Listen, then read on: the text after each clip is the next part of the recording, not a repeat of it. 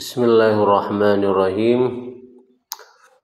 Waruya fil khabar laisa lil mar'i min sholati illa ma'aqalah. Tiadalah bagi orang dalam sholatnya kecuali apa yang dia pahami. Jadi kekhusyuan orang dalam sholat itu juga tergantung sejauh mana dia memahami bacaan-bacaan yang dia baca di dalam sholat.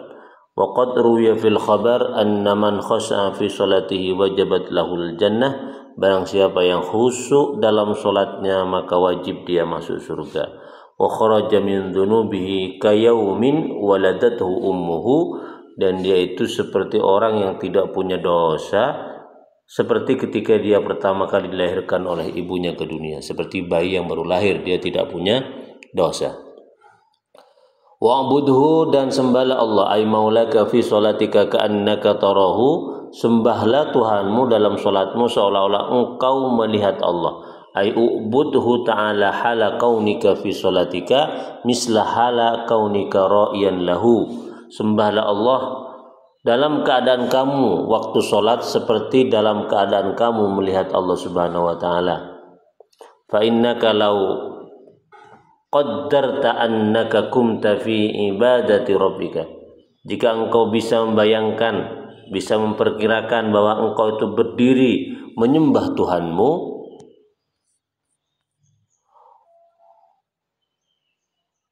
wa anta tu'ayinuhu lam tatruk syai'an mimma taqdiru alaihi minal khudu' wal khusu' wa husnis sumti wa hifdil qalbi wal jawarih wajtimaika bi zahirika wa batinika illa ataita bihi kama afadahu Ibrahim as-Sabarkhiti. Jika engkau bisa melihat Allah, jika engkau mampu membayangkan, engkau melihat hadirat Allah Subhanahu wa taala, merasakan kehadiran Allah Subhanahu wa taala ketika engkau sholat, maka engkau tidak akan meninggalkan sesuatu pun yang kamu bisa lakukan, yaitu dari apa? Dari bersikap khusyuk, bagus perbuatannya, bisa menjaga hati dan bisa menjaga anggota badan tidak banyak bergerak. Karena waktu itu engkau bisa merasakan kehadiran Allah Subhanahu wa taala di hadapan kamu. Terus kemudian engkau juga mampu wajtimaika bi dhahirika wa batinika. Engkau juga mampu untuk menyatukan dohirmu dan batinmu. Batinmu khusyuk, dohirmu juga khusyuk. Semuanya kamu bisa lakukan. Demikian pendapatnya Ibrahim as-Sabarkhiti. Salat merasakan kehadiran Allah, bisa melihat Allah di dalam salat. Ya, ini ada orang yang seperti ini, sehingga kemudian dia bisa betul-betul khusyuk di dalam salat. Fa illam takun tarahu, jika engkau tidak bisa merasakan kehadiran Allah, tidak bisa melihat Allah dengan mata batinmu, dengan basirahmu, ya, karena Allah tidak mungkin bisa dilihat dengan menggunakan mata kepala. Tidak mampu melihat Allah dengan mata batin, mata basirah. Fastamir, maka teruskan ala ihsanikal ibadah, untuk memperbaiki ibadah salatmu. Fa innahu yaraka, maka sesungguhnya Allah melihatmu. Engkau tidak bisa merasakan kehadiran Allah, tidak bisa melihat Allah dengan mata basirahmu, maka bayangkan bahwa Allah itu melihatmu. Idh huwal musyahidu likulli ahadin min khalqihi fi harkatihi wa sukunihi, bahwa dia Allah itu bisa menyaksikan semua makhluknya dari gerakannya dan dari diamnya. Ya. Fa illam yahdur qalbuka.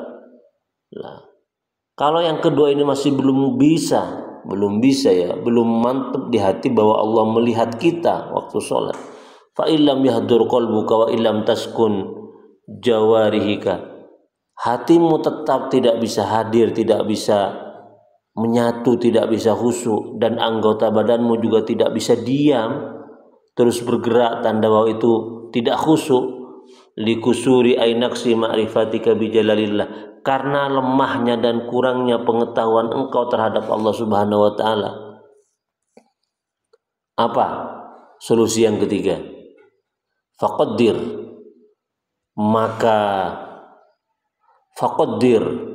maka bayangkanlah fi dawami qiyamika fi sholatika, saat engkau sholat, anna rajulan sholihan min wujuhin ahli baitika, bayangkan ada seorang laki-laki soleh yang asraf, yang mulia, yang terpandang, yang punya pengaruh dari keluargamu, yanduru ilaika, sedang melihat engkau sholat, bi'ainin kali'ah, dengan pandangan penuh selidik, dengan pandangan yang tajam, liya'lama kaifa sholatika, melihat bagaimana engkau sholat. Fa inda dzalika, maka saat itu, yahduru qalbuka, baru khusyuk hatimu, baru bisa fokus hatimu, konsentrasi hatimu, tidak nerawang kemana-mana. Wastaskunu jawarihuka, dan anggota badanmu juga tenang, kemudian anteng, tenang. Hifatan ayyan sibaka, ayyan sabaka dzalika rajulul ajizu ila qillatil husu, karena takut engkau itu menisbahkan laki-laki yang lemah itu, laki-laki yang agung itu, menisbahkan engkau sebagai orang yang tidak khusyuk, yang sedikit khusyuknya. Ini solusi yang ketiga.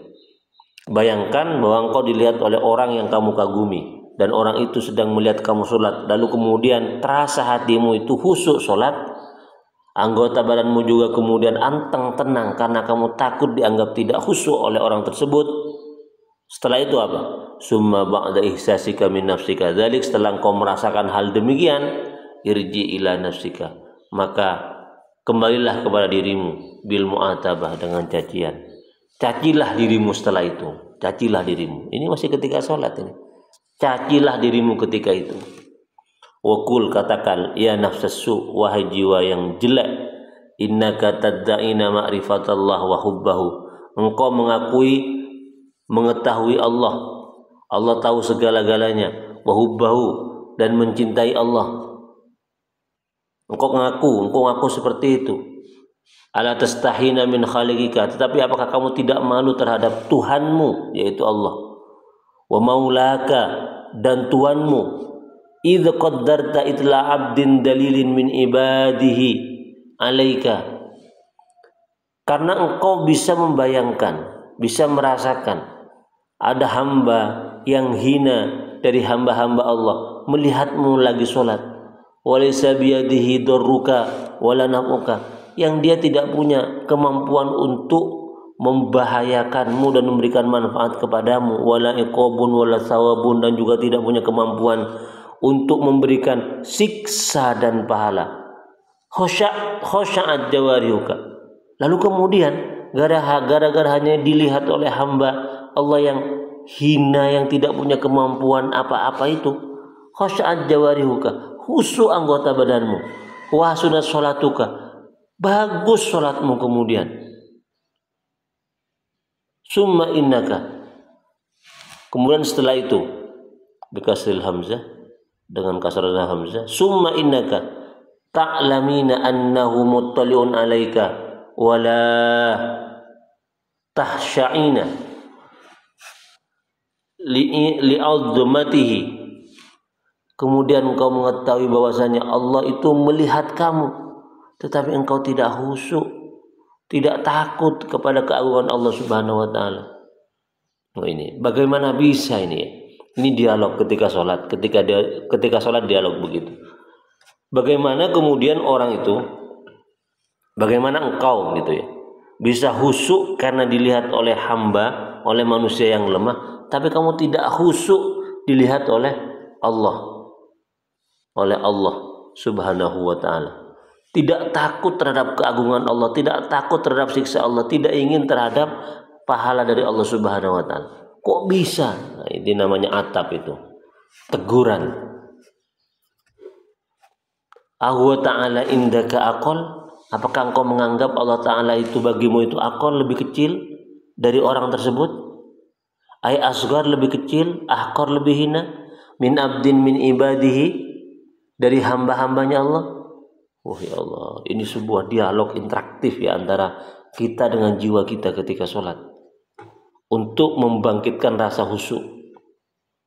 Fama asyadda tughyanaka, betapa sangat dahsyat, betapa sangat gawat tughyanaka, kemaksiatanmu, wa jahlaka dan kebodohanmu, wa ma a'dama adawataka li nafsika, betapa agungnya, betapa hebatnya permusuhanmu terhadap dirimu sekali, terhadap dirimu sendiri. Li'annaka waqarta 'abdan dalilan wa la tuwakkirina wa takhshinan nas. Engkau sangat mengagungkan manusia yang hina, tapi engkau tidak mengagungkan Allah. Wa tahsinan nas wa tahsinallah wa la tahsinallah. Engkau takut kepada manusia, tapi engkau tidak takut kepada Allah Subhanahu wa taala. Wa huwa haqqu an tahshihi, sementara Allah itu adalah zat yang paling berhak untuk engkau takuti. Cela diri kamu itu, cela. Nah, ini alternatif yang ketiga. Yang pertama, ketika sholat, engkau merasakan bahwa engkau itu bisa melihat Allah Subhanahu wa taala dengan mata basirah. Kalau enggak bisa, maka kemudian bayangkanlah, yakinkanlah bahwa Allah itu melihat kita. Itu pun kalau enggak bisa, coba bayangkan kalau ada orang melihat kamu, orang berpengaruh yang engkau kagumi melihat kamu. Kalau kamu khusyuk dilihat orang itu, tegur dirimu lewat dialog-dialog yang tadi itu. Itu untuk membangkitkan keagungan Allah di hati kita, sehingga kemudian muncul rasa takdim kepada beliau, kepadanya, sehingga kita pun kemudian khusyuk melakukan ibadah kepada Allah Subhanahu wa taala. Wa'alij aizawil wadawi, sembuhkan, obati. Itu berarti hati yang kotor waktu itu. Obati qalbaka bihadal hail, hatimu bihadal hail, dengan cara ini, dengan taktik ini. Bikasril ha'i wa fathil ya. Bihadihil hiyal, dengan cara ini. Jamun hilah, taktik. Obati hatimu dengan cara seperti tadi itu. Dialog-dialog seperti itu tadi, teguran-teguran seperti itu tadi, agar hatimu itu sembuh. Wahia, yaitu al-hadzaku fi tadbiril umur, yaitu kecerdasan untuk mengatur perkara. Fa'asahu ay qalbaka, fa'asahu ay qalbuka, mudah-mudahan hatimu ayyahdura maka fi sholatika, bisa hadir bersamamu dalam sholatmu. Fa innahu, kan sungguhnya keadaan, laisa laka min sholatika illa ma aqalta, tiadalah sholatmu itu sesuai dengan kadar apa yang kamu pahami. Ayatadabbarta, yang kau renungi, minha, dari sholat. Wa amma ma ataita bihi ay fi sholatika minal qira'a wal azkar ma'al ghafla was sahwa, adapun yang kau datangkan dalam sholatmu dari bacaan dan dzikran, apapun yang kamu baca dari bacaan dan dzikir di dalam sholat, ma'al ghafla was sahwi, sementara kamu lupa dan lalai memahami, lalai merenungi, lalai menghayati. Amma anta fihi, sementara engkau membacanya, bi allam yahdur qalbuka, dan engkau tidak bisa khusyuk, tidak hadir hatimu ketika engkau membaca itu, karena kamu itu tidak bisa memahami makna bacaan-bacaan sholatmu itu. Fahuwa ilal istighfar wa takfir, maka sesungguhnya kepada istighfar dan takfir, ya, penghapusan dosa, ahwaju, itu lebih dibutuhkan. Ai fi'lil kafarah minas shadaqah wa nahwihi, artinya melakukan penghapusan dosa, penghapusan kelalaian, al-ghaflah was sahwi, dari sedekah, dari bersedekah, wa nahwiha, dan seumpamanya sedekah. Ahwaju itu lebih dibutuhkan. Lianna fi sholatika, karena sungguhnya dalam sholatmu itu, khalalun, celah, li'adami huduri qalbika, karena tiadanya kehadiran hatimu.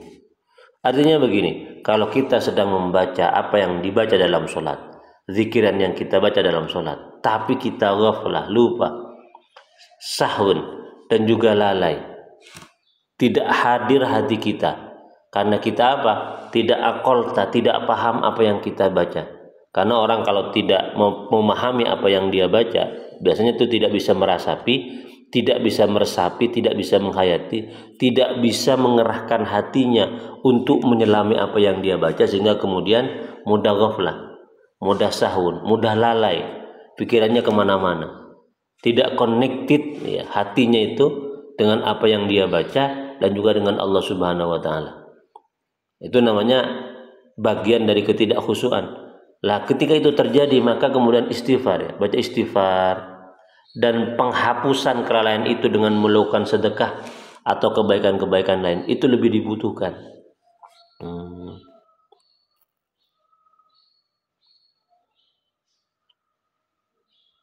Karena orang tidak khusyuk itu namanya khalal, celah, ada celah, ada nukta hitam. Jadi sholat pun kalau kemudian dilakukan dengan cara ghaflah, lalai, lupa, itu merupakan bagian celah, black spot ya, hitam, kesalahan yang itu penting diistighfari dan ditakfiri. Artinya apa ya? Dihilangkan itu. Celahnya itu dihilangkan, kesalahannya itu dihilangkan dengan cara istighfar atau dengan sedekah atau hal-hal yang lain yang serupa dengan sedekah. Jadi sholat pun itu bisa mendatangkan kesalahan. Yang kesalahan itu harus diistighfari. Walaupun sholat itu hakikatnya itu bagus. Nah, begitu maksudnya.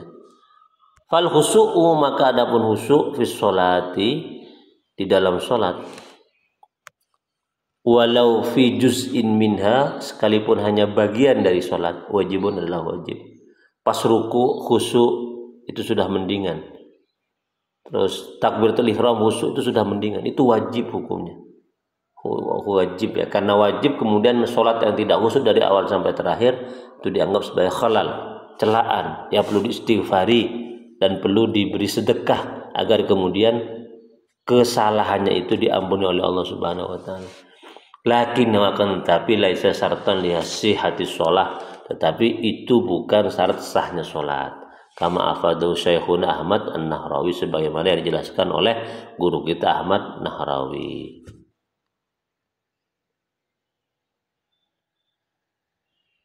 Demikian tentang masalah betapa pentingnya khusyuk di dalam sholat. Tidak bisa khusyuk di dalam sholat secara keseluruhan, sebagian saja. Bagaimana cara-caranya? 3 langkah yang sudah disebutkan di awal tadi itu penting untuk kita lakukan. Semoga bermanfaat.